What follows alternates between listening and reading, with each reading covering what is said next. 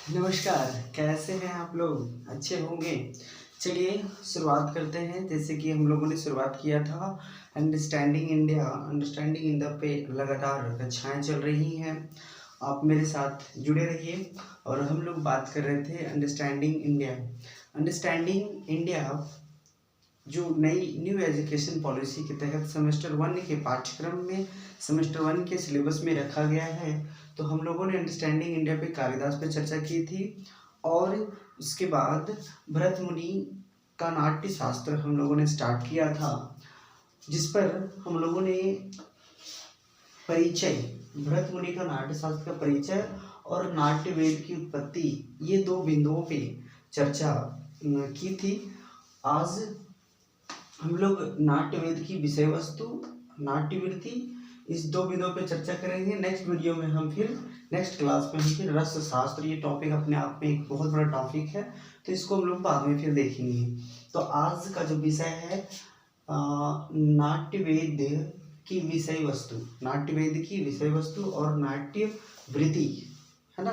तो चलिए शुरुआत करते हैं। तो हम लोगों ने शुरुआत किया था भरत मुनि का नाट्य शास्त्र, भरत मुनि का नाट्य शास्त्र। तो आज की क्लास में हम लोग भरत मुनि का नाट्य शास्त्र देखेंगे। पिछले क्लास में हम लोगों ने चर्चा की थी कि नाट्य क्या है। तो उसमें क्या है, अवस्था अनुकृति नाट्यम, किसी भी अवस्था का अनुकरण करना, उसका हूबहू नकल करना ही नाट्य कहलाता है। जैसे अभी एक मूवी बहुत ज़्यादा प्रचलित है, जैसे पुष्पराज। तो पुष्पराज में जो नायक था, जो हीरो था, वो कैसे रोल कर रहा था, तो बहुत सारे उस पर रील्स भी बनने लगा। तो उसमें जो ये जो ऐसे स्टाइल करके जो चलते हैं ना, ऐसे करके, ऐसे स्टाइल करके जो चलते हैं ना, ऐसे वाला, तो वो नकल किया जा रहा था, है ना। वो नकल किया जा रहा था। तो वो भी एक नाट्य का पार्ट है, वो भी एक नाट्य का पार्ट है। तो मेरा कहने का मतलब ये हुआ, किसी भी अवस्था का अनुकरण करना, किसी भी घटना का हूबहू नकल करना ही नाट्य कहलाता है। और रूप के आरोप के कारण उसे नाटक कहा गया था। इस पे हम लोग चर्चा किए थे। तो जिस ग्रंथ में नाट्य शास्त्र, जो ग्रंथ नाट्य शास्त्र का उल्लेख करे उसे नाट्य शास्त्र कहते हैं।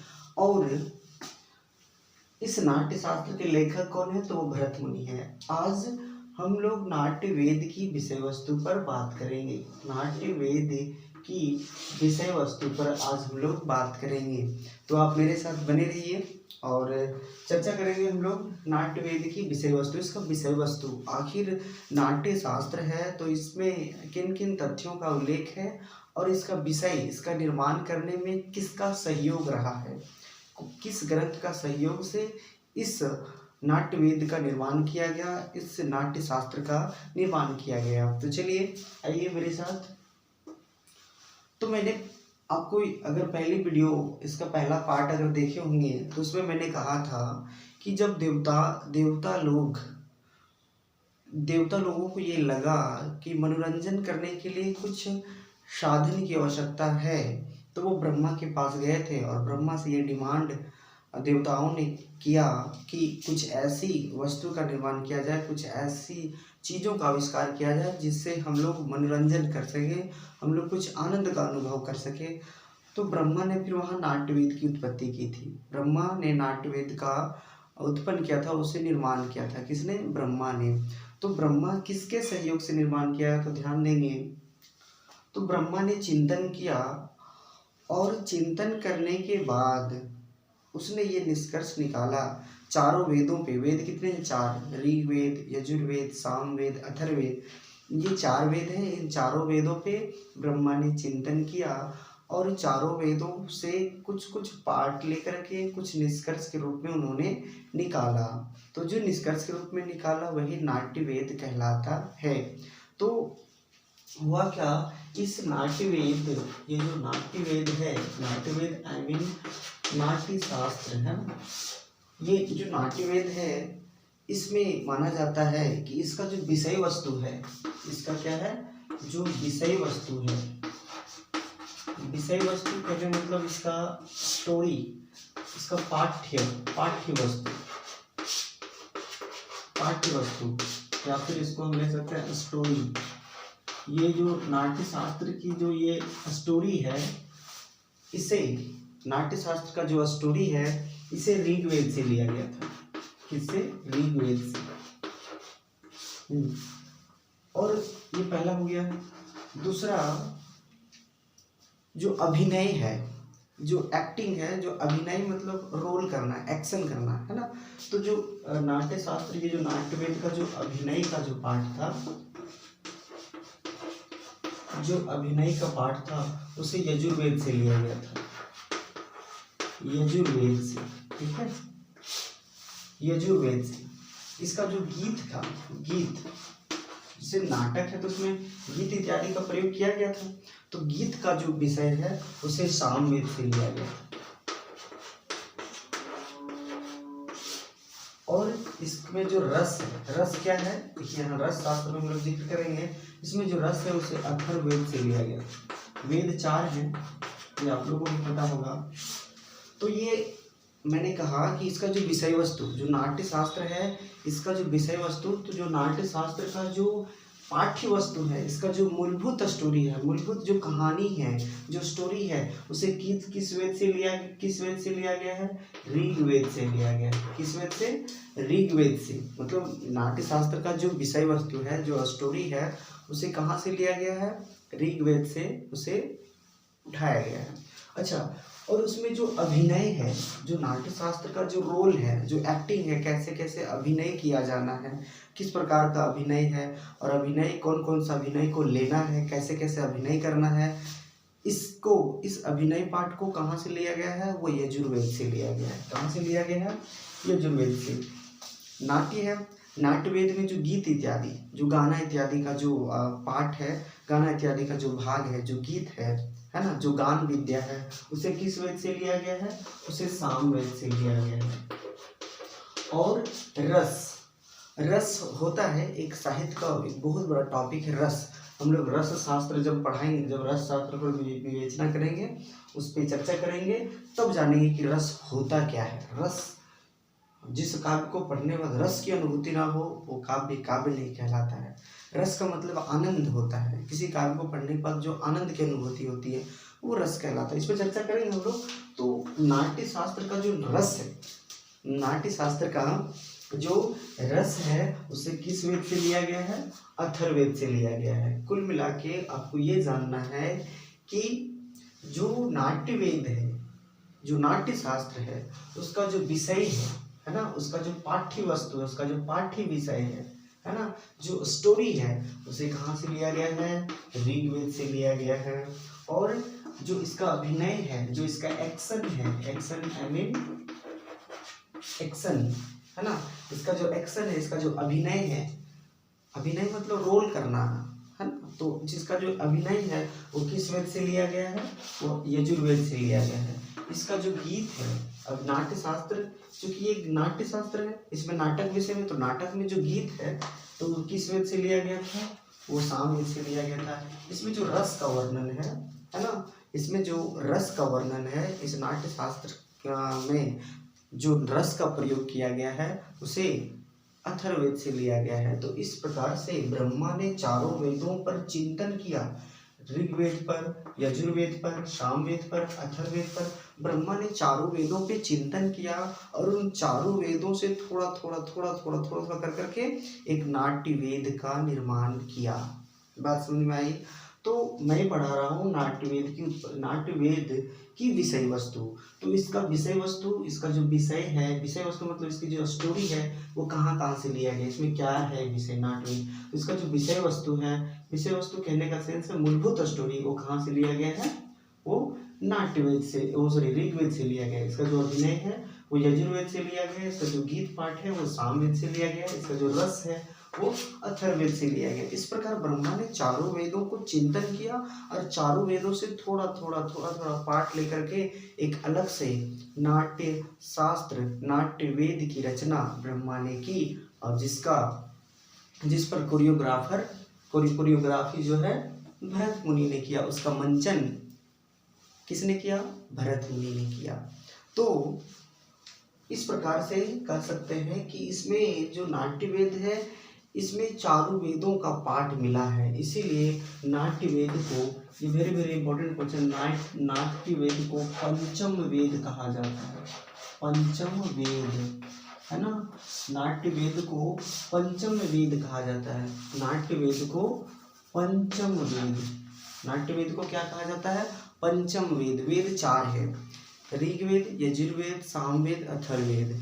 अब ध्यान देंगे, नाट्य वेद को पंचम वेद कह देना, नाट्य वेद को, नाट्य शास्त्र को पंचम वेद की उपाधि देना, पंचम वेद की संज्ञा से सुशोभित करना, इसका अर्थ ये हुआ कि जो महत्ता वेदों की है, जो मान्यता वेद की है, जो चीज वेद में उल्लेख है, उसी के समतुल्य, उसी के बराबर समानताएं, उसी का महत्व, उसी के सामान्य महत्व नाट्य शास्त्र का है। इसीलिए नाट्य शास्त्र को पंचम वेद भी कहा जाता है। ये वेरी वेरी इंपॉर्टेंट क्वेश्चन, और इससे भी आपका ऑब्जेक्टिव क्वेश्चन आ सकता है कि नाट्य वेद का पाठ्य वस्तु किस वेद से लिया गया है, अभिनय किस वेद से लिया गया है, गीत किस वेद से लिया गया है, और रस किस वेद से लिया गया है। तो इस प्रकार से नाट्य शास्त्र के निर्माण में उसका जो विषय है, उसका जो सब्जेक्ट है, कौन कौन से वेदों से लिया गया है, किस किस ग्रंथ से लिया गया है, अभी हम लोगों ने चर्चा की। आज उसके बाद फिर हम लोग बात करेंगे ये अभिनय। अभिनय मतलब रोल एक्शन कैमरा जो बोलते हैं ना, रोल करना। जैसे पुष्पराज का ये जो मूवी ऐसे करना, तो ये अभिनय हुआ, एक्टिंग हुआ। रोल करना, मैं जैसे पढ़ा रहा हूँ तो एक्टिंग हुआ। ये जस्ट ये जो जीवन जो चल रहा है ना, ये एक्टिंग का पार्ट है। सब कोई रोल कर रहा है, सब कोई नाटक कर रहा है ना। तो चलिए अभिनय, फिर हम ये विषय क्लियर हो गया। फिर हम पढ़ाएंगे इसी में, इसी टॉपिक में, नाट्यवेद की विषय वस्तु में हम बात करेंगे अभिनय। तो हेडिंग दीजिए, अभिनय चार तरह का होता है। मतलब रोल जो होता है, एक्टिंग जो होती है, वो चार प्रकार की होती है। अभिनय चार प्रकार का होता है। अभिनय जो है वो चार प्रकार का होता है। चलिए, अभिनय वो चार तरह का होता है। 1 2 3 4। पहला होता है आंगिक अभिनय, आंगिक। दूसरा अभिनय का नाम है वाचिक। तीसरा है सात्विक। चौथा है आहार्य अभिनय, आहार्य अभिनय है ना। ये चार अभिनय, मतलब एक्टिंग जो होता है वो चार तरह का होता है। ये जो एक्टिंग है वो चार तरह का होता है। अभिनय जो नाट्य शास्त्र का जो अभिनय है, उसे किस वेद से लिया गया है? तो उसे यजुर्वेद से लिया गया है। किस वेद से? यजुर्वेद से। वह अभिनय चार तरह का होता है। आंगिक, आंगिक अभिनय, आंगिक शब्द अंग के जैसा मिलता होगा, अंग, अंग के जैसा मिलता होगा, ये आंगिक अभिनय है। अभिनय मतलब रोल करने में चार चीजों पे डिपेंड करता है। पहला अंग, अंग मतलब शरीर पे डिपेंड करता है ना। अगर किसी एक्टिंग करना हो तो एक्टिंग चार तरह से किया जाता है। पहले चार चीजों पे निर्भर करता है। एक होता है आंगिक अभिनय, जैसे डांस करते हैं तो हर तरह का स्टेप, शरीर को इधर मोड़ते हैं, शरीर को उधर मोड़ते हैं, कमर लचकाते हैं, फेशियल एक्सप्रेशन दिखाते हैं।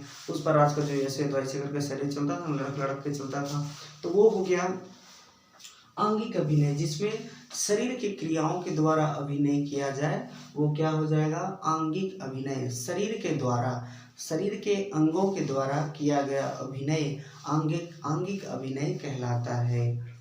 जैसे गुस्सा करना, तो गुस्सा करेंगे तो हाथ इधर करेंगे, आंख बुलबुला दिखाएंगे, सीना को चौड़ा करेंगे, तो ये सब कौन सा अभिनय हो जाएगा? आंगिक अभिनय है ना।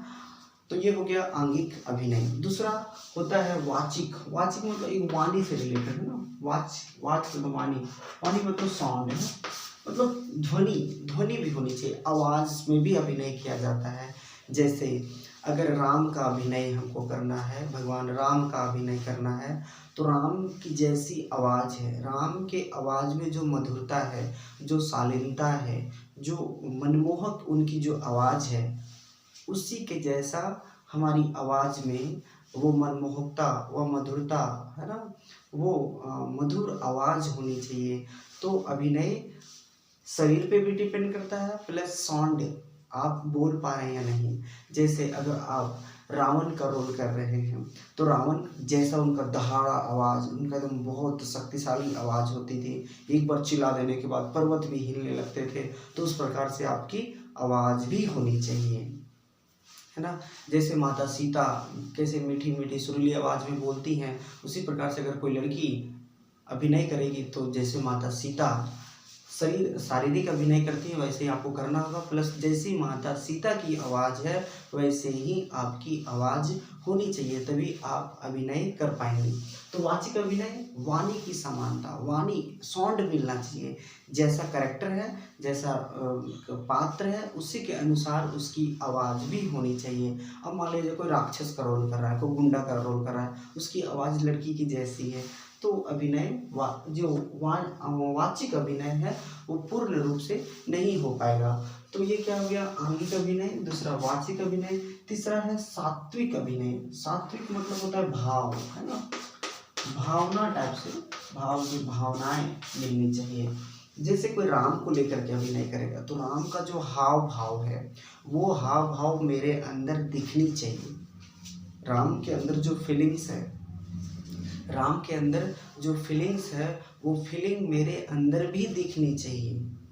राम के अंदर जो फीलिंग है, राम के अंदर जैसी जैसी भावनाएं उत्पन्न हो रही है, उस प्रकार से भावनाएं मेरे अंदर भी उत्पन्न होनी चाहिए। जैसे सात्विक अभिनय क्या होता है, जैसे मान लिया जाए कि आपको रोल करने के लिए दे दिया जाए और आपका साथ में आपका कोई मित्र है वो मर चुका है, उसको किसी ने मार दिया, अब आपको रोना है, वो एक्टिंग कर रहा है, वो लेट गया है, मतलब वो मर गया, वो एक्टिंग कर रहा है, मरा नहीं, मतलब एक्टिंग कर रहा है, और आपको रोना है, तो आपके आँख में आंसू आएगी कैसे। तो आपको जस्ट फील करना होगा कि मेरा दोस्त सच में मर गया है। जब इस प्रकार से हम सोचेंगे तो मेरी आँख में आंसू ऑटोमेटिकली आ जाएंगे। तो ये होता है सात्विक अभिनय। सात्विक अभिनय मतलब फीलिंग्स होना चाहिए। अब मान लिया जाए कि आप एक दोस्त के मरने की एक्टिंग कर रहे हैं, आप रोने की एक्टिंग कर रहे हैं, तो आंसू ऐसे नहीं आएगी। आंसू वैसे आपके आँख से आ ही नहीं सकती है जब तक आप उस चीज़ को फील नहीं करेंगे, जब तक उस चीज़ को घटना को आभास नहीं करेंगे, है ना, तब तक आपको फील नहीं होगा, तब तक आपका जो सात्विक अभिनय है वो पूर्ण नहीं हो पाएगा। तो सात्विक अभिनय डैट मीन्स ये हुआ कि आप अभिनय कर रहे हैं तो जिस कैरेक्टर में आपको घुसाया गया है, जिस कैरेक्टर में आपको घुसाया गया उस कैरेक्टर में आप पूरी तरह से घुल मिल जाना।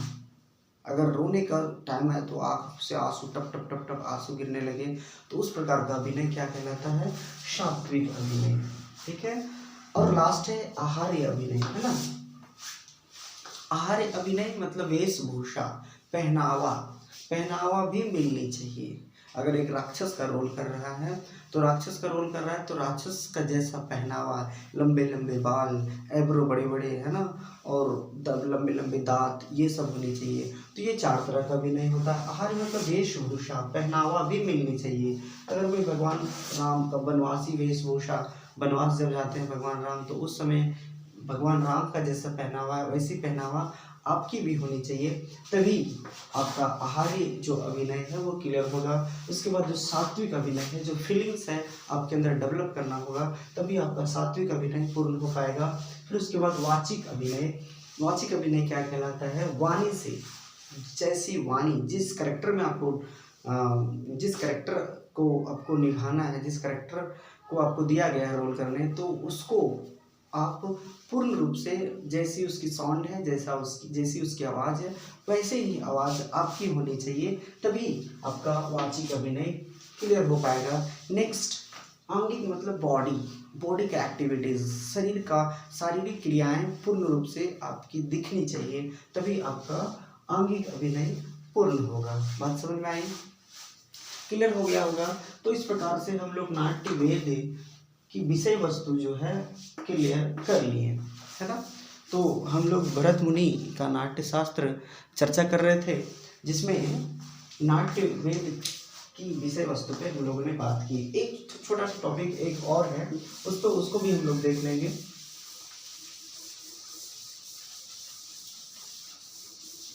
एक छोटा सा टॉपिक और है इसकी, इसी के अंतर्गत नाट्य वेद की विषय वस्तु नायक। नायक जो होता है नाटक में या नाट्य में, नायक 4 तरह का होता है। नायक जो होता है वो 4 तरह का होता है। एक होता है धीरोदात्त नायक,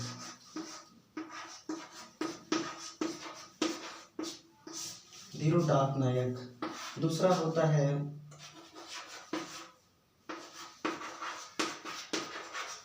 धीर ललित। तीसरा होता है धीर प्रशांत।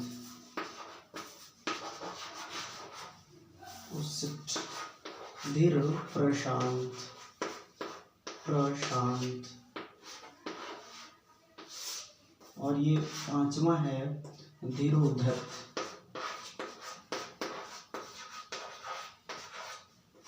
धीरोद्धत नायक। नाट्य में या नाटक में नायक 4 तरह से होता है, नायक 4 तरह का होता है। एक होता है धीरोदात्त नायक, एक होता है धीर ललित नायक, एक होता है धीर प्रशांत नायक और चौथा होता है धीरोदात्त नायक। तो नायक 4 तरह के होते हैं। ध्यान से देखिए, नायक 4 तरह का मतलब हीरो जो होता है वो 4 तरह का होता है। एक होता है धीरोदात्त नायक, एक होता है धीर ललित नायक, एक होता है धीर प्रशांत नायक, एक होता है धीरोद्धत नायक। क्या है? धीरोद्धत नायक। ये धीरोद्धत है, ये ध है और ये द है, धीरोदात्त। धीरोद्धत, उद्धत लिखा हुआ, धीरोदात्त है। तो धीरोदात्त, धीर ललित, धीर प्रशांत, धीरोद्धत। ध्यान देंगे ये 4 तरह का नायक किस प्रकार का नायक होता है। ध्यान दीजिए, ये सबसे उच्च कोटि का नायक होता है। जो धीरोदात्त नायक होता है ये सबसे उच्च कोटि का नायक होता है। उच्च कोटि का नायक कौन सा नायक होता है? धीरोदात्त नायक। धीरोदात्त नायक जो होता है उच्च कोटि का नायक होता है। जैसे जो नायक हर गुणों से परिपूर्ण हो, जो नायक हर गुणों से परिपूर्ण हो, जो अपनी ड्यूटी बहुत अच्छे से करता हो। जैसे, और ये जो नायक है वो किसी क्षत्रिय कुल में उत्पन्न या कोई क्षत्रिय कुल में उत्पन्न वो नायक होनी चाहिए। जैसे भगवान राम, भगवान राम किस प्रकार के नायक हैं? धीरोदात्त नायक हैं। अर्जुन किस प्रकार का नायक है? धीरोदात्त नायक है। कृष्ण महाभारत के जो हीरो हैं, महाभारत के जो महानायक हैं वो कृष्ण हैं। वो कृष्ण किस प्रकार के नायक हैं? तो धीरोदात्त नायक हैं। हाँ, और विष्णु अगर कोई नाटक में विष्णु रोल करें तो विष्णु किस प्रकार के नायक कहलाएंगे? धीरोदात्त नायक कहलाएंगे। अर्जुन किस प्रकार के नायक कहलाएंगे? धीरोदात्त नायक कहलाएंगे, है ना। और बहुत सारे ऐसे नायक हैं। तो बस अब भगवान राम जो है भगवान राम किस प्रकार के नायक हैं? तो धीरोदात्त नायक हैं। धीरोदात्त नायक कहने का मतलब नायक का बहुत सारा कर्तव्य होता है। किसी भी मूवी में नायक उसी को कहा जाता है जो लोगों की भलाई सोचे, लोगों के हित के बारे में सोचे, अपनी समस्या को झेल करके खुद समस्या में रहेगा लेकिन दूसरे को समस्या नहीं पहुंचाएगा। तो जो लोग हितकारी हो, जो परोपकारी हो, जो अपने कर्तव्य को बहुत अच्छे से समझता हो, कभी आवश्यकता आने पर लोगों का मदद करता हो। अगर कोई ऐसा राक्षस आ गया या फिर ऐसा कोई व्यक्ति जो लोगों को सता रहा है या फिर बहुत दिनों से लोग पीड़ित हैं तो उनकी समस्याओं को दूर करता है, वही नायक है। तो धीरोदात्त नायक सबसे उच्च कोटि का नायक होता है। उदाहरण में राम भगवान को ले लीजिए, कृष्ण भगवान। तो रामायण के नायक कौन है? राम है। नायिका कौन है? सीता है। तो रामायण के नायक कौन है? राम है। तो राम किस प्रकार के नायक है? धीरोदात्त नायक है। धीर ललित नायक, धीर ललित नायक ध्यान दीजिए, धीर ललित नायक होता क्या है? ऐसा नायक जो प्रेम में हमेशा ओत प्रोत रहे, प्रेम से हमेशा ओत प्रोत रहे। बात समझिए, धीर ललित नायक एक ऐसा नायक होता है जो हमेशा प्रेम में उलझा हो, जो हमेशा उसका ध्यान प्रेम की ओर ज़्यादा आकर्षित हो। तो उस प्रकार के नायक को हम क्या बोलेंगे? धीर ललित नायक। उस प्रकार के नायक को हम क्या बोलेंगे? धीर ललित नायक। ठीक है। जैसे एक मूवी का उदाहरण अब मैं आपको दे देता हूँ कि बहुत सारे मूवी में ऐसे ऐसे हीरो होते हैं जो मतलब हमेशा प्रेम में डूबे रहते हैं। प्रेम के कारण कुछ नहीं, सिगरेट, बीड़ी, गांजा, सिगरेट, शराब वगैरह पीते पीते अपने शरीर को बर्बाद कर लेते, पूरा आँख वगैरह लाल हो जाता है। तो बहुत सारे ऐसे नायक, ऐसे आशिक लोग भी होते हैं। जो प्रेम के चक्कर में अगर कहीं धोखा दे दिया गया तो वो भी पूरा सिगरेट वगैरह इधर उधर कोई काम उम नहीं, पढ़ना लिखना छोड़ करके पूरा ज़िंदगी बर्बाद कर लेते हैं। उस प्रकार के नायक को क्या बोलते हैं? धीर ललित नायक। एक मूवी है आशिकी 2। आशिकी 2 मूवी आप लोग देखे होंगे। उस मूवी में जो हीरो होता है वो किस प्रकार से जब उसकी जो प्रेमिका होती है वो जब अच्छे पोजीशन में पहुंच जाती है, जब उसको गिल्टी फील होने लगता है तो किस प्रकार से वो शराब में पी पी करके खुद को बर्बाद कर लेता है। तो किसी मूवी में कोई ऐसा नायक जो हमेशा प्रेम में ओतप्रोत रहे, जो हमेशा प्रेम के कारण बर्बाद हो गया हो, पूरा प्रेम में हमेशा प्रेम के कारण वो अपनी ड्यूटी को भूल गया हो। मान लीजिए उसकी ड्यूटी 10 बजे जाना है तो वो 12 बजे तक बस लगा है, तो उस प्रकार के नायक को क्या बोलेंगे? धीर ललित नायक। ललित रंग बिरंगा संसार, तो ऐसा नायक जो हमेशा प्रेम प्रेम प्रेम प्रेम प्रेम प्रेम ही करते रहे और अपनी ड्यूटी को भूल जाए, है ना। तो इस प्रकार के नायक को क्या बोलेंगे? धीर ललित नायक। धीर प्रशांत नायक। धीर प्रशांत नायक कैसा नायक होता है? ध्यान से समझिएगा। धीर प्रशांत नायक एक ऐसा नायक जो ब्राह्मण कुल में उत्पन्न हो, और ऐसा नायक जो ब्राह्मण कुल में उत्पन्न हो और या फिर किसी निम्न जाति में उत्पन्न हो और लोगों की भलाई कर कर के खुद दरिद्र बन गया हो। दरिद्र मतलब गरीबी बन गया हो, गरीब बन जाता है। बहुत सारी ऐसी पुस्तकें हैं, बहुत सारे ऐसे नाटक हैं जिसमें नायक लोगों को मदद कर करके अच्छाई के रास्ते पे चल कर करके होता क्या है कि वो दरिद्र बन जाता है। दरिद्र मतलब पूरी तरह से संपत्तिहीन हो जाता है, धनहीन हो जाता है, पूरी तरह से निर्धन हो जाता है। तो उस प्रकार के नायक को धीर प्रशांत नायक कहते हैं। इसका उदाहरण हम राजा हरिश्चंद्र ले सकते हैं। धीर प्रशांत नायक के अंतर्गत हम राजा हरिश्चंद्र को ले सकते हैं। राजा हरिश्चंद्र जो सत्यवादी राजा हरिश्चंद्र के विषय में बताया जाता है कि वो एक ऋषि मुनि को अपना सर्वस्व दान दे दिया और दान दे करके स्वयं को बेच डाला और शमशान घाट में ड्यूटी कर रहा था। जब उसका बेटा को सांप ने काट लिया तब उसकी पत्नी आती है अपने बेटे का शव को जलाने के लिए। उसके ध्यान देंगे उसकी पत्नी के पास एक फूटी कोड़ी भी नहीं होती है और अपने साड़ी को कफन बना करके लपेट करके अपना शमशान घाट ले जाया जाता है और वहीं पे उसका जो पति राजा हरिश्चंद्र वहीं पे रहता है। फिर भी राजा हरिश्चंद्र अपनी ड्यूटी भूलते नहीं हैं और अपनी पत्नी से भी ये डिमांड करते हैं कि तुम यहाँ पे शव को जलाने के लिए लाई हो तो तुम्हें टैक्स तो देना होगा, है ना। तो पत्नी फिर अपनी साड़ी फाड़ करके उसे देती है। ध्यान देंगे वो जो मरा है लड़का वो राजा हरिश्चंद्र का ही पुत्र है। तो इसमें हम उदाहरण ले सकते हैं राजा हरिश्चंद्र अपने सत्य के मार्ग के कारण वो भिखारी बन गया। पूरी तरह से वो राजा था, बहुत ही धनवान राजा था, साक्षात कुबेर उसके यहाँ पे विद्यमान रहता था, लेकिन सत्य के मार्ग के कारण वो सारा अपना सर्वस्व दान दे दिए। तो इस प्रकार से जो नायक अपना सारा सर्वस्व दान दे करके खुद भिखारी बन जाए, किसी दूसरे के यहाँ जॉब करे, किसी दूसरे के यहाँ नौकरी इत्यादि जैसा काम करे, तो ऐसी मूवी जिसमें नायक लोगों को मदद कर करके अपना जितना सारा पैसा हो सब उसको दो लोगों की मदद में लगा दिया और खुद पता चले कि जा करके कहीं नौकर बन के भीख मांग रहा है। तो इस प्रकार से अगर कोई नायक कहीं मिले तो उस प्रकार से नायक को हम क्या बोलेंगे? धीर प्रशांत नायक। और धीरोद्धत नायक होता क्या है कि ऐसा नायक जो हमेशा गुस्से से लाल रहे, जो फटाक से कोई भी डिसीजन फटाक से ले ले, है ना। मतलब ऐसा नायक जो हमेशा एकदम उद्धत किस्म का नायक, हमेशा एकदम बढ़ चढ़ के रहे। जैसे भीम का उदाहरण हम ले सकते हैं। भीम महाभारत के कैरेक्टर में भीम को आप देखे होंगे। भीम हमेशा एकदम गुस्सेले में रहता था, कुछ भी हुआ तो पेड़े उखाड़ के डाल फेंक दिया। बात समझ आ रही है? तो भीम धीरोद्धत नायक का उदाहरण ये हो सकता है भीम, ठीक है। तो ये नायक के 4 प्रकार हुए और ये चार नायक का प्रकार नाट्य शास्त्र में जिक्र है। तो हम लोगों ने नाट्य वेद की विषय वस्तु हम लोगों ने चर्चा की। नेक्स्ट पार्ट जो है नाट्य वृत्ति। नेक्स्ट पार्ट क्या था? नाट्य वृत्ति, है ना। तो चलिए नाट्य वृत्ति पे हम लोग बात करेंगे।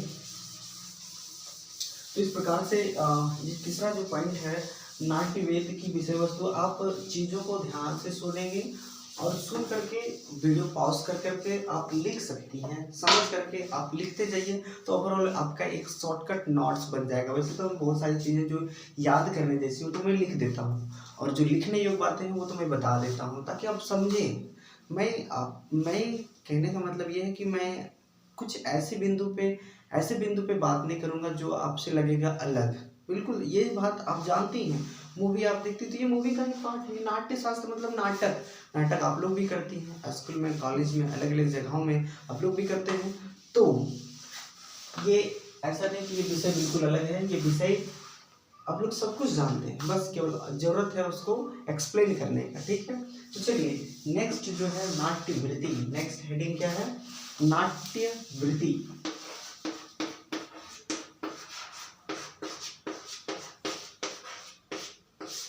नाट्य वृत्ति, वृत्ति मतलब क्या होता है ना, वृत्ति का मतलब क्या होता है। वृत्ति का मतलब क्या होता है, तो ध्यान देंगे ये जो मूवी होता है, ये जो नाटक होता है वो वृत्तियों पर आधारित होता है ना। वो जो मूवी होता है, नाटक होता है, वो वृत्ति पे आधारित होता है। तो वृत्ति 4 तरह के होते हैं, ये बताऊंगा कि वृत्ति क्या होता है, फिर उसको ये 4 वृत्तियों को आप लिख लीजिए। पहला है भारतीय वृत्ति, भारतीय वृत्ति। दूसरा है सात्वती वृत्ति।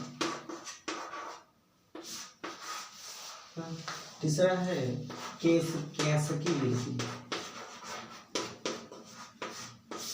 चौथा है आपका आर्यभट्टी वृत्ति।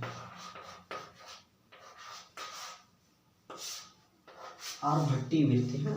तो ये वृत्तियां 4 होती है, नाटक की ये 4 प्रकार की वृत्ति होती है। वृत्ति क्या है समझिए इसको, वृत्ति क्या है, और वृत्ति 4 प्रकार की है नाटक में। वृत्ति क्या है, वृत्ति को समझिए, फिर हम बताएंगे कि ये 4 वृत्तियां क्या क्या है। पहले वृत्ति अगर आप समझ जाएंगे तो मेरे ख्याल से भारतीय, सात्वती, कैसिकी और आर्यभट्टी वृत्ति जो है इसको भी आप समझ जाएंगे। ठीक है, ये भा है आर्यभट्टी, आर्यभट्टी वृत्ति। ठीक है, तो ये भा है, आई मीन ये वृत्ति है। तो वृत्ति क्या है समझिए, वृत्ति होता है कंपोजिशन ऑफ एक्टिंग, है ना, कंपोजिशन ऑफ एक्टिंग। एक्टिंग मतलब एक्टिंग करने की शैली, अभिनय करने की शैली ही वृत्ति कहलाती है। अभिनय करने की शैली ही वृत्ति कहलाती है। हाँ, एक्टिविटीज ऑफ एक्शंस, कहने का मतलब यह हुआ कि अभिनय करने की शैली क्या कहलाती है, वृत्ति कहलाती है। कि किसी भी नाटक में अभिनय करने का तरीका होता है, अभिनय का प्रकार अलग होता है। किसी भी नाटक में अभिनय की जो शैली होती है उसे वृत्ति कहा जाता है। कंपोजिशन ऑफ एक्टिंग करने की जो तरीका है उसे वृत्ति कहा जाता है। और वृत्ति चार तरह की होती है। वृत्ति क्या होती है, 4 तरह की होती है। वो कौन कौन सी वृत्ति, भारतीय वृत्ति, सात्वती वृत्ति, कैसिकी वृत्ति और आर्यभट्टी वृत्ति। ध्यान देंगे क्या होता है, जो जितने भी नाटक है ना, कुछ नाटक भारतीय वृत्ति पे आधारित होता है, कुछ नाटक सात्वती वृत्ति पे आधारित होता है, कुछ नाटक कैसिकी वृत्ति पे आधारित होता है, कुछ नाटक आर्यभट्टी वृत्ति पे आधारित होता है। समझिए इस चीज को, नाटक जितने भी नाटक हैं, जितने भी मूवी हैं, कुछ वृत्तियों पे आधारित होते हैं। हाँ, मतलब उसमें किस प्रकार की एक्टिंग किया गया है, वो मूवी किस चीज़ से रिलेटेड है। हाँ, और उसमें एक्टिंग, अभिनय की शैली क्या है, किस प्रकार के अभिनय को अपनाया गया है। क्या भारतीय वृत्ति को अपनाया गया है उस नाटक में, क्या सात्वती वृत्ति को अपनाया गया है उस नाटक में, क्या कैसिकी वृत्ति को अपनाया गया है उस नाटक में, क्या आर्यभट्टी वृत्ति को अपनाया गया उस नाटक में। तो भारतीय वृत्ति क्या होता है कि एक ऐसा अभिनय जिसमें अभिनय करने वाला मात्र पुरुष ही हो। क्या हो, मात्र पुरुष अभिनय करने वाला जो व्यक्ति हो, मात्र क्या हो, वो पुरुष ही हो, क्या हो, पुरुष हो, है ना, मात्र क्या हो, वो पुरुष हो। तो इस प्रकार के अभिनय को भारतीय वृत्ति कहलाएगा। इस प्रकार की वृत्ति को भारतीय वृत्ति कहलाएगा। और इसमें वाणी की प्रधानता देखी जाती है। वाणी की प्रधानता मतलब इसमें रोल करने वाले जो व्यक्ति हैं किस प्रकार से अपनी वाणी को बोलते हैं, किस प्रकार से उनका कह सकते हैं बोलने का तरीका क्या है। तो इस वृत्ति में केवल पुरुष पात्र होते हैं, स्त्री पात्र एक भी नहीं होते हैं। तो जिस नाटक में केवल पुरुष पात्र हो तो वह जो नाटक है भारतीय वृत्ति पर आधारित है। इसमें वाणी की प्रधानता होती है और इसमें जो बोलने वाले जो पात्र होते हैं वो केवल संस्कृत भाषा का ही प्रयोग करते हैं। क्या करते हैं? संस्कृत भाषा का ही प्रयोग करते हैं। ठीक है, बात समझ में आ रही है? तो ये बात है, ये है भारतीय वृत्ति। और भारतीय वृत्ति को किस वेद से लिया गया है? तो इसे लिया गया है ऋग्वेद से। क्या लिया गया है? ऋग्वेद से लिया गया। अब याद रखेंगे ये जो भारतीय, मैंने कहा कि नाट्य वेद को पंचम वेद कहा गया है। कहने का मतलब नाट्य वेद का निर्माण वेदों से चीजों को लिया गया है।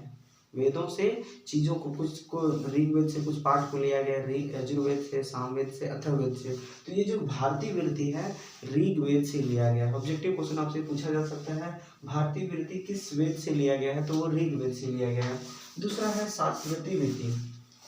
सात्वती वृत्ति क्या होता है कि एक ऐसा नाटक जिसमें क्या हो, जिसमें शोक, जिसमें चिंताओं को हमेशा इग्नोर करता हो। उस नाटक का ये उद्देश्य होता है कि उसमें चिंता, उसमें जो चिंताएं होती हैं, उसमें जो शोक है, उसमें जो चिंतित बातें हैं उसको कम पर प्रयोग किया जाता है। और जिसमें हर्ष मतलब खुशी को ज़्यादा दिखाया जाता है, जिसमें आनंद देने वाली बातें को ज़्यादा दिखाई जाती है। और जिसमें जिस बात से लोगों को चिंता हो, लोगों को टेंशन हो, वो चीज़ नहीं दिखाया जाता है। तो इस प्रकार से अगर कोई नाटक का निर्माण किया हो तो उस प्रकार की वृत्ति को हम सात्वती वृत्ति कहते हैं। और सात्वती वृत्ति किस वेद से लिया गया है? तो सात्वती वृत्ति जो है आपका वो यजुर्वेद से लिया गया है। ठीक है, किस वेद से लिया गया है? वो यजुर्वेद से लिया गया है। सात्वती वृत्ति किस वेद से लिया गया? यजुर्वेद से लिया गया है। तो चलिए नेक्स्ट